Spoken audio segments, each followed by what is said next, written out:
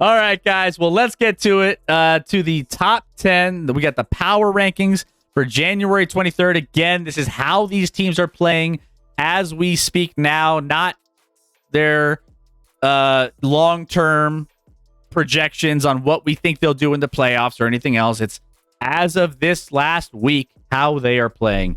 And let's go ahead and start things off here with the Indiana Pacers.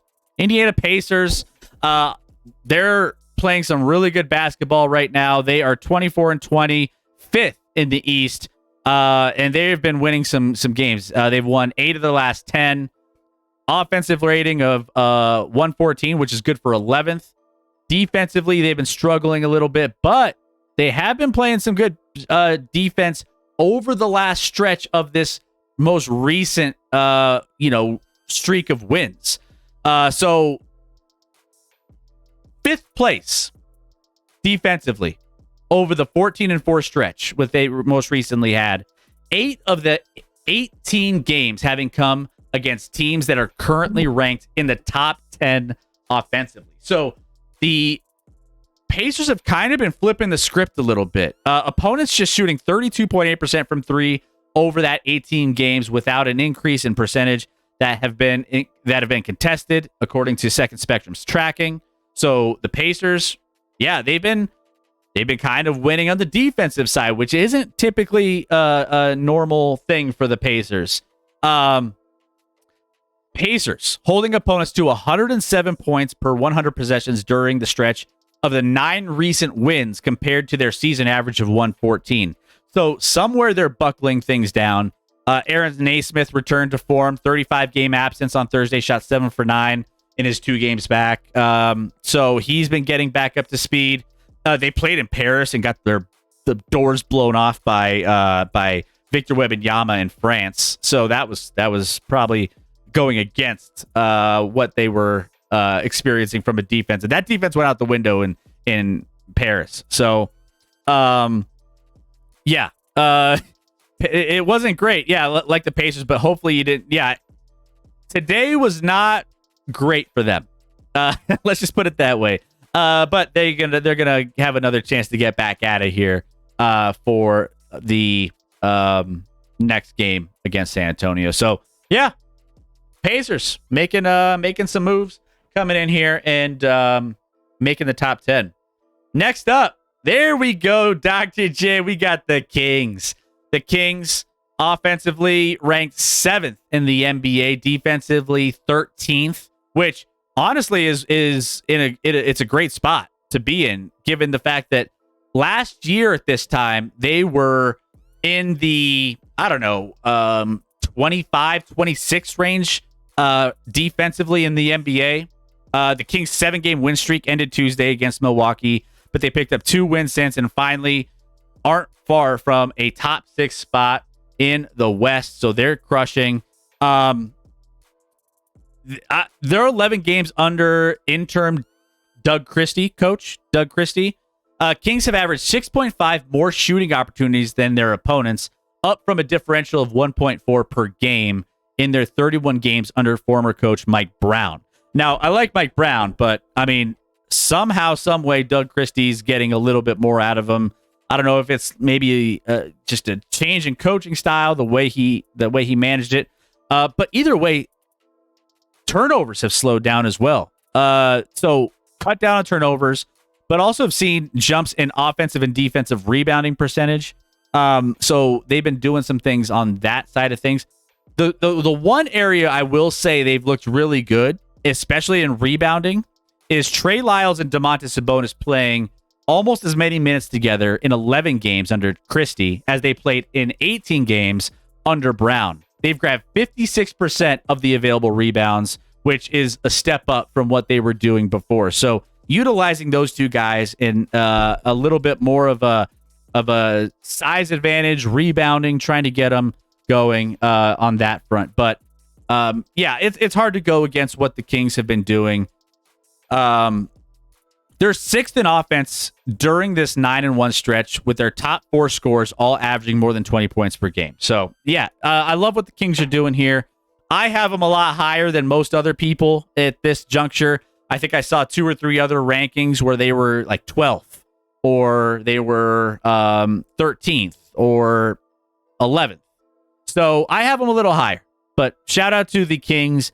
I think they're starting to get things going. Domantas Sabonis should be an all-star. If he's not, I have a problem with that. Let's go ahead. Let's get to the Bucks coming up next. The Bucks turned around some of the early season issues that they were dealing with.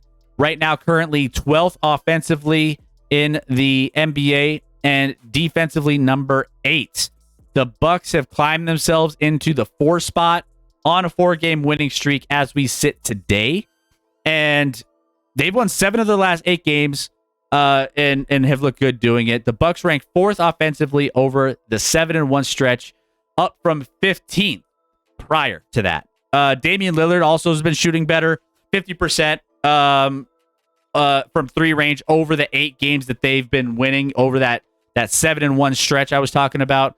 He's shooting 50% from 3. Giannis has increased his percentages as well. By the way, that 7-1 stretch also coincides with Taurean Prince moving back to the starting lineup.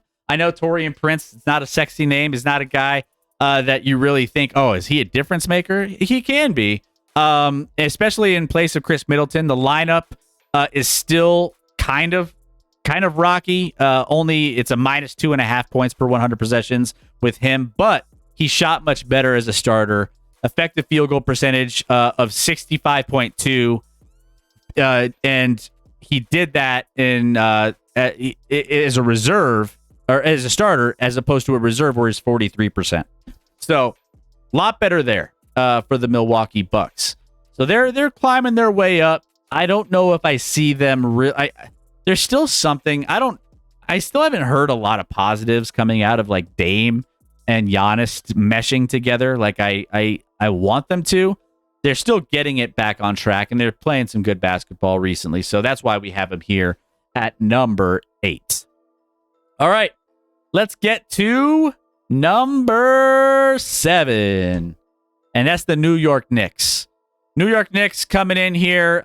Number 2 offense in the NBA, number 15 rated defense. They are sitting in the 3 spot on the 2-game winning streak. They are only behind Cleveland and Boston in the standings for the Eastern Conference. The thing with the Knicks is they haven't exactly been able to take advantage of the Celtics kind of not looking great.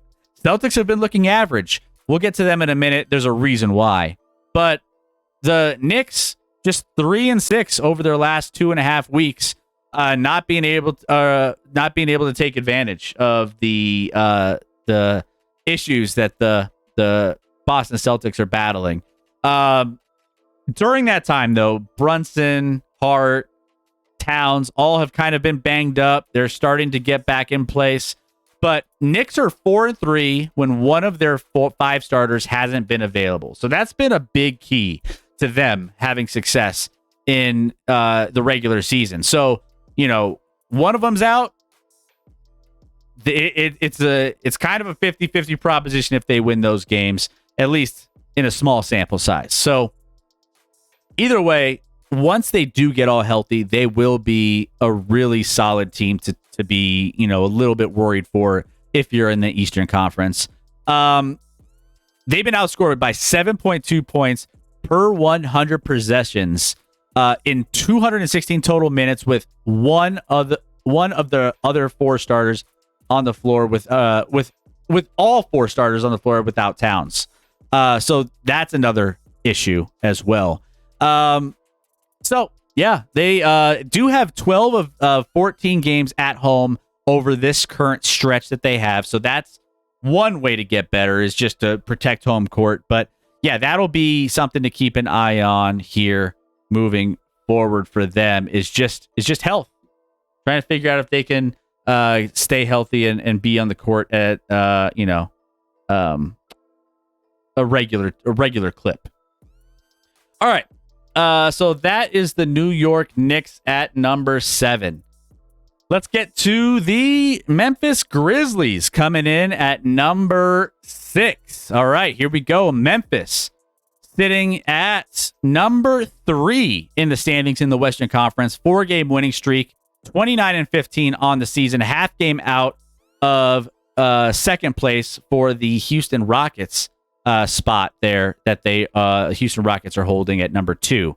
But Grizzlies lost a big game in Houston last Monday, which was a part of it, falling 0-3 to the second place Rockets, blowing a 13-point fourth quarter lead. Grizzlies are the second team to match its win total from last season of 27-55. So they're already way better this year than they were last year. When healthy, starting lineup continues to have dominant numbers. It fits. It's great for them. Memphis bench ranked 3rd, with one key ingredient being Jake LaRavia, averaging 22 minutes. We've seen big jumps. He's scoring efficiently. He's rebounding. He's doing everything off the bench. But Ja Morant, he's kind of been the catalyst. The weird thing with Ja, the Grizzlies are 16-8 with him, and they're 11-7 without him. So they still have a really good winning percentage. And all the offensive rating, defensive rating, net rating numbers are basically identical with Ja in the lineup versus out of the lineup, which is kind of strange. You would think that he would be kind of a moving the needle. I mean, you look at some of the other players around the league, SGA, you look at Nikola Jokic, some of the top MVP candidates, and when they're off the court, it's apparent that they are not as productive. The Grizzlies, that just shows kind of the floor of what this team could be, but also, too, I don't know how much Ja is really elevating this team either. This is just pretty much a really good lineup and good roster that's performing right now. But yeah, it's interesting. Something to think about, Grizzly fans. All right, let's get to number 5. And we have the Denver Nuggets, my boys, coming in at number 5. So, and Nuggets sitting at 4th place, battling the Kings tonight. They are on a 3-game winning streak as it sits right now. So, the Nuggets, obviously one of the top teams in the NBA. They are one of my contenders for a chance to win the NBA title at the end. They're 4th offensively, just right now overall, with 117.6, and then they're 14th defensively, which is about where they were when they won the title around the middle of the season. They were actually maybe a little worse, and they got better. But Nuggets have won 11 of the last 14, but those 3 losses, 1 to Boston, 1 to Houston without Jokic on a back-to-back, second game of a back-to-back, and 1 to San Antonio Spurs. So those are the 3 losses. The 133 points per 100 possessions during its 3-game winning streak, this most recent one, is insane, by the way. 133 points per 100 possessions is massive. Last 13 games, they are 2nd in offensive rating, 8th in defensive rating, and 3rd in net rating. Only other teams to have a better rating are Boston and Cleveland, both championship caliber teams. The Nuggets have the league's number 1 offense since Christmas Day, with 121.9 points scored per 100 possessions. And that includes some big offensive games against top 10 defenses, i.e. Clippers and the Heat, who they took care of as well. All 5 of their current starters have averaged at least 13.3 points over that stretch. Jamal is 56.1% since Christmas, which is a massive, massive addition. I mean, you almost think that that's the addition of those numbers for the Nuggets. That sets this team apart from everybody else if he can continue to play that way. And that's effective shooting, effective field goal percentage, 56.1 since Christmas for him. Nuggets continue to rank in last in 3-point rate, so they're not getting a lot of threes up, yet they rank top 5 in 3-point percentage. So figure that one out. I think they're 3rd, if I'm not mistaken. So they don't take a lot, but when they do take them, they make them. And they're doing some good things on that front. So Nuggets, they are trending in the upwards trajectory for me. And Russell Westbrook in the starting lineup, man, he's made a difference at the 1. Moving Jamal over to the 2. You got Jokic still, working off those pick and rolls with both of them. Jokic and Westbrook have their dynamic. You got Murray and Jokic with the 2-man game there. It's been special to watch. So take advantage, guys. I mean, you're watching two legends of the game on the same court at the same time, playing some fun basketball.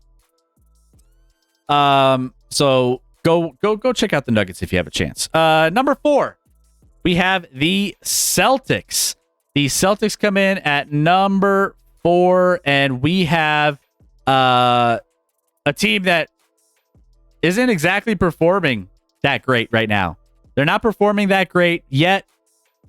They're 3rd offensively in the NBA, and they're 5th defensively. And they're 3rd in net rating. So across that span, they have been absolutely just crushing.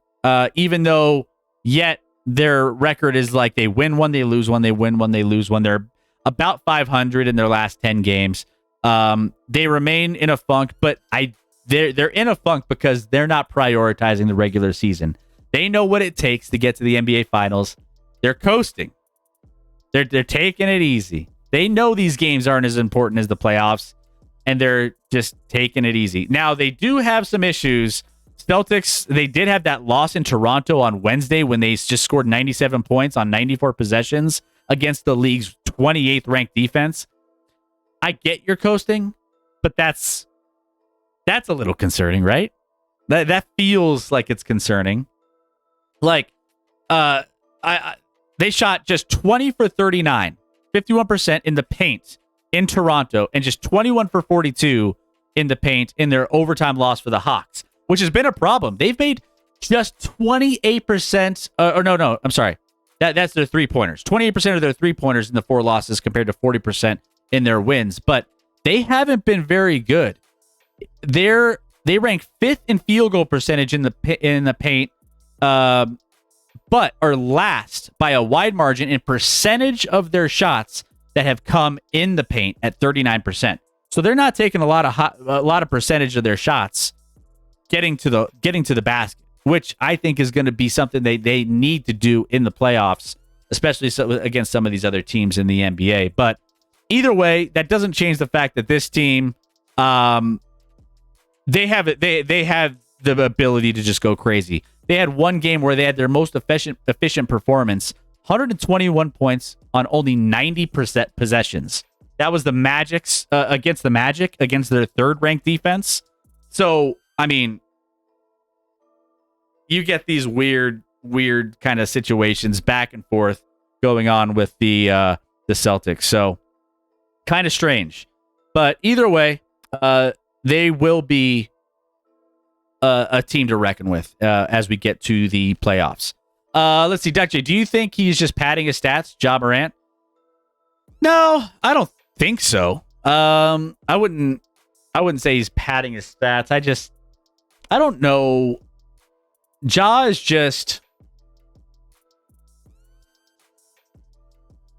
I gotta watch some more Grizzlies basketball the rest of the season because I mean he's been playing well, but the way that he's been playing again hasn't exactly. They're a great team. I just don't know how much he's elevating them, and so I just got to pay more attention to the Grizzlies. I got to watch some of those games on NBA League Pass because they're kind of a blind spot for me. You could tell that although they have one of the better records in the West. You can tell how much I haven't necessarily bought into them quite yet, based off of the fact that they're 29-15, and I haven't watched a ton of their games. But I mean, it's undeniable that they're well coached and they've been playing some good basketball, and their rosters doing some really nice things across the first half of this NBA season. Let me go ahead. I'm going to check real quick any scores. Wow. Nuggets 70-48 as they approach the midway point in this game with Sacramento. Dallas and OKC. Dallas taking control against OKC right now. I'm going to get to OKC in a little bit. As you can tell, there's 3 more spots here, but Dallas beating on OKC 96-87 with 9:43 left in the fourth quarter. Milwaukee blowing away a dysfunctional Miami team, 81-62. San Antonio already beat Indiana 140 to 110. And you had the Portland Trailblazers who beat the Orlando Magic 101-79. So those are the other games that have been taking place already tonight. All right, so let's go ahead and get to the next team on the docket here for the power rankings, and it is the Houston Rockets. Houston Rockets playing some good ball, 29-14, winners of 7 of their last 10. They've been playing some really good basketball. They're a young team. They're well coached. Jalen Green averaging 31 points on 55, 54, 94 shooting splits over this 7-game stretch that they've been winning. They've been absolutely incredible. He's been absolutely incredible. Rockets dropped to rest advantage team or game in Sacramento on Thursday, but won their 2 more important games last week, including the one that clinched a tiebreaker with the 3rd place Grizzlies that we just mentioned a little bit ago. So that is what also took place. But with the wins over the Grizzlies, the Nuggets last week, the Rockets have the best record, 11-2, in games played between the 7 Western Conference teams that are more than 2 games over 500, with both losses having come to the Thunder. So they've been beating teams, but they've also been beating the best teams. And so that's what makes them impressive right now. Offense has been fantastic over the last 15 days. They've scored 124.9 points over 100 possessions, best in the league over the last 7 games. And the Rockets have climbed from 14th to 9th in offense. So they're just on one right now. They're now one of 4 teams that are top 10 in both offensive and defensive rating. So pretty impressive. Pretty impressive.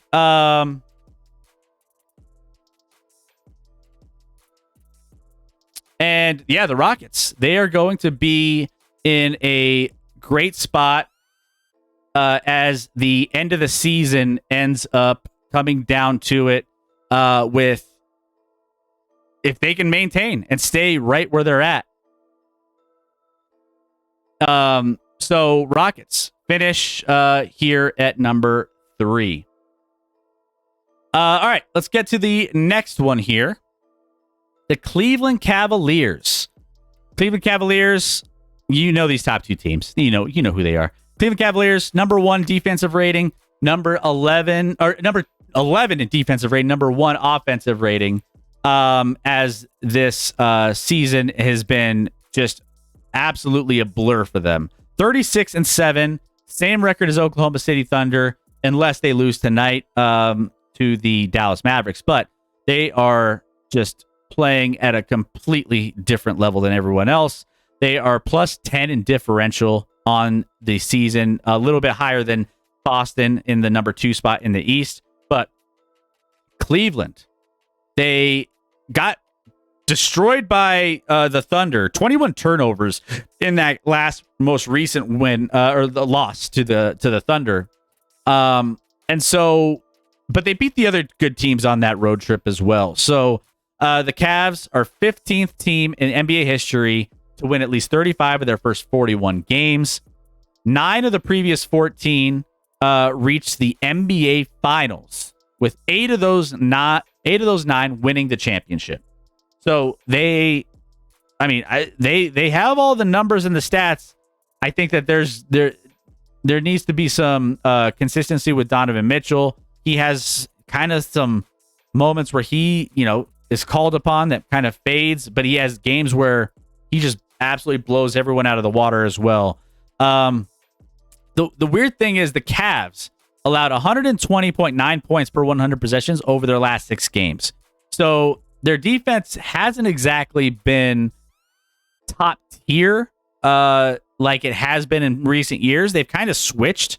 It was kind of reversed where they were, not as good offensively, and they were really good defensive. They were number 1 defensively in the previous couple years, and offensively they were just around double digits. And it's kind of reversed the role a little bit, but either way, they improved to 3-0 without Mobley with their win against Minnesota on Saturday. So when Mobley's out, they still find ways to win. They've been playing some good basketball, though. I like the Rockets. I don't know if they have the superstar every championship team seems to. Yeah, and they're a young team, and they're attacking the regular season. They remind me a lot of that Utah team that was at the top of the Western Conference for the longest time, but yet no one believed that they really had a chance. Same thing here. The Rockets are 2 to 3 years out and a couple pieces away from truly competing. But that doesn't mean they don't have a talented, electric young roster that's playing out of their minds for their coach. And they have a really, really good coach too. Donovan Mitchell has to be one of the most underrated players since he joined the league. Yeah, I think he's gone through some stretches where he's been on teams that he has. The Utah team, he kind of gets lost. Outside of that one year where they played the Nuggets and he was putting up 50 in the playoffs and he was in center stage, he didn't really have a lot of opportunities to shine in Utah. And so, they had some good teams, but Utah's a small market. They don't make a lot of television, national television broadcasts. So, I think with Cleveland being the resurgence that they are, he's definitely been in the spotlight a lot more. But even still, leading up to his previous time in Cleveland wasn't. They were good, but they weren't this good. So yeah, I think that when it comes to Cleveland and when it comes to Donovan Mitchell, yeah, I think he's starting to get into the rhythm of what I think he could unleash his potential. I think that this is a great place for him. I thought they would have to blow it up at some level between the guards because I didn't know if they could coexist there. But it's working. It's working. So yeah, I like it. I like it there. And then there was one other thing that I was going to say about the Cavs. There was one other stat. I lost the stat, but it was a super interesting one.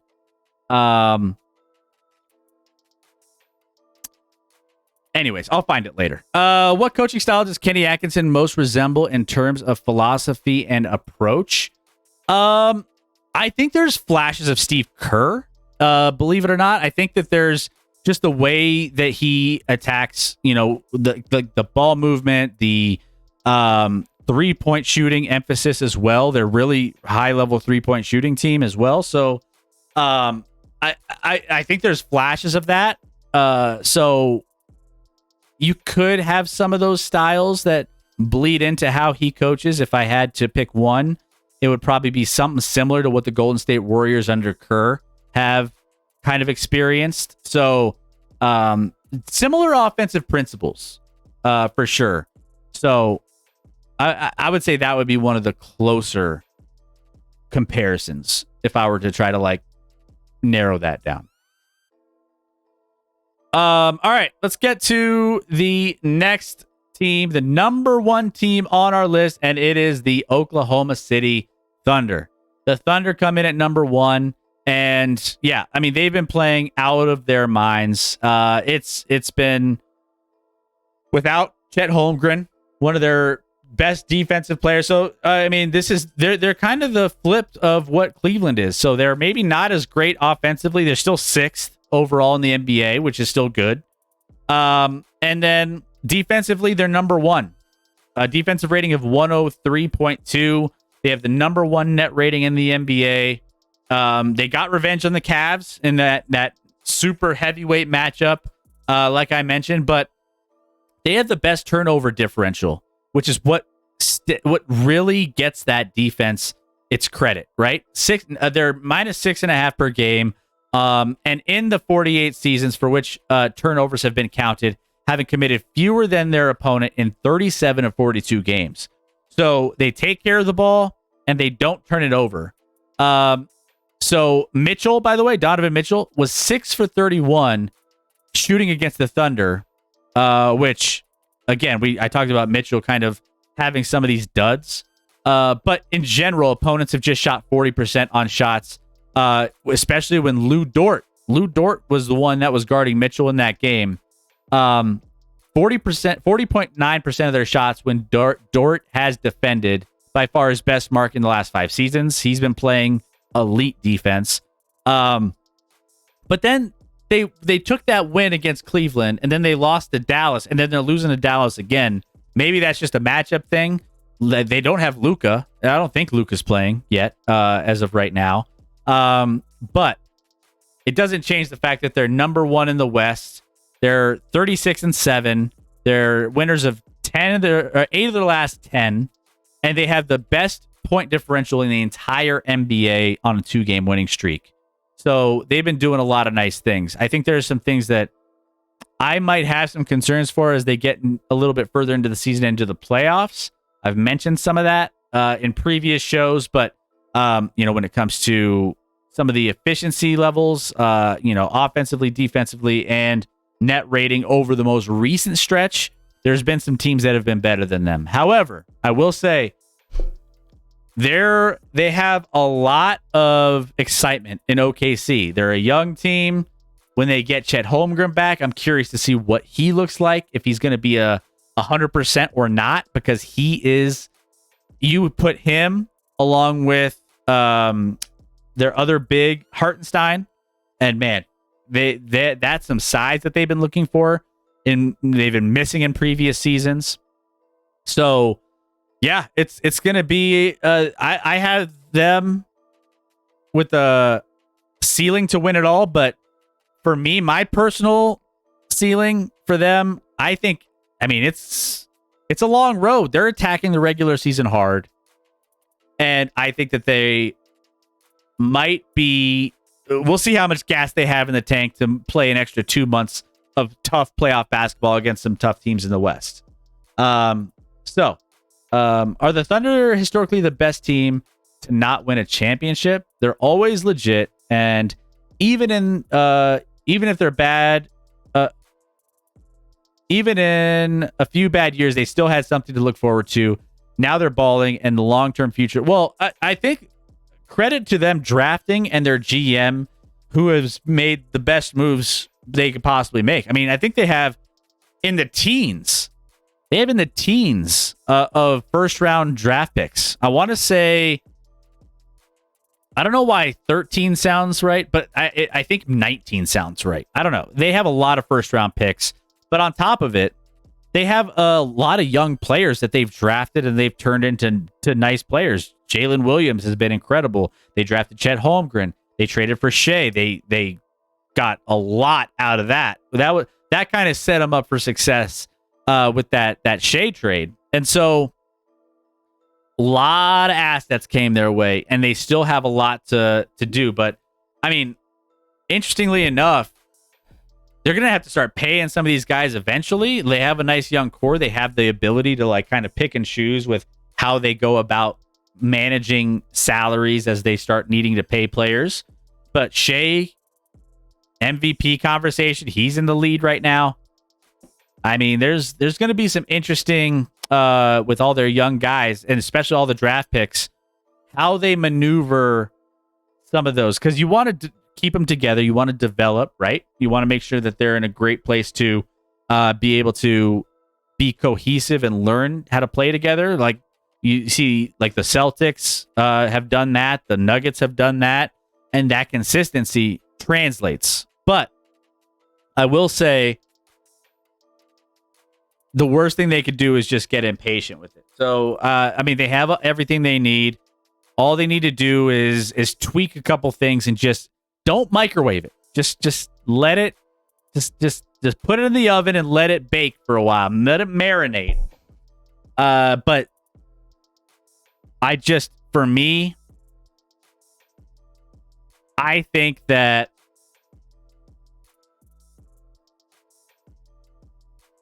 hot take, I don't think they make it to the NBA Finals out of the West. I don't think they're the representative in the West. I said that hot take yesterday, but that's just I think the next year is probably more of a realistic for me. I think they're going to be gassed at the end of this season with the way they're attacking it. So we'll see. We'll see. More like bias take. Get out of here, McNuggets. Not bias. Yeah, I would say Black Market. I would say those are the teams that I would. Who do you got for Western Conference Finals? Nuggets over OKC? Probably. That's what I would. That's what I would take. I think the way that what's scary about the Nuggets is we hear it in the post-game press conference. They're playing some fantastic basketball. Every post-game press conference I've heard from Denver over the last 2 weeks, 3 weeks since they've been playing really good basketball is, yeah, we haven't figured this out yet. We haven't figured out how to, we still have a long way to go. We're not even close to where we want to be. And I'm like, wait, y'all are playing some good basketball. What are you talking about? That's just a testament to how well and the ceiling of the Denver Nuggets. Do you think most former Seattle Supersonic fans are now OKC Thunder fans? Just curious. Yeah, I would say yes, but bitterly they are. They don't have anything else, right? So they kind of have to be. And especially now that OKC is good. I mean, you want to follow your team, you want to follow your players. Now, the minute the Sonics come back to Seattle, I think that the fan base takes a nosedive, probably. I think they lose a lot of those fans. And sure, I'm sure they'll probably have OKC as like their secondary team. But I would say for now, as long as there's no team in Seattle, I would say there's a good chunk of Seattle fans that are OKC Thunder fans. And I would say that they're probably going to stick. You might have some of those, even when Seattle comes back, you might still be like, hey, I've kind of grown an affiliation to the Thunder, so maybe I'll stay. But I would say there's a pretty good chunk of fans that maybe bitter, but they want a team to cheer for. They'll trade the surplus of good players away for, you guessed it, more draft picks. Well, yeah, and also with the apron and stuff, it's kind of like, that's why I think the paying guys and taking big salaries and paying your young guys, I think should have a different impact on where you're at when it comes to the apron. So you can still have flexibility and still have some ability to make trades and sign guys and do those types of things. So yeah, so we'll see. All right, guys. Well, that is the top 10 list. So Pacers, Kings, Bucks, Knicks, Grizzlies, Nuggets, Celtics, Rockets, Cavs, and Thunder all rounding out our top 10 on our power rankings as of January 23rd. I'll try to get to these more often as we continue on into the NBA season. As we get past the All-Star break, we'll start getting more contenders rankings and things as well, because I think that there's going to be a nice stretch after the All-Star break where you're going to see some teams starting to turn it on a little bit. So we'll see.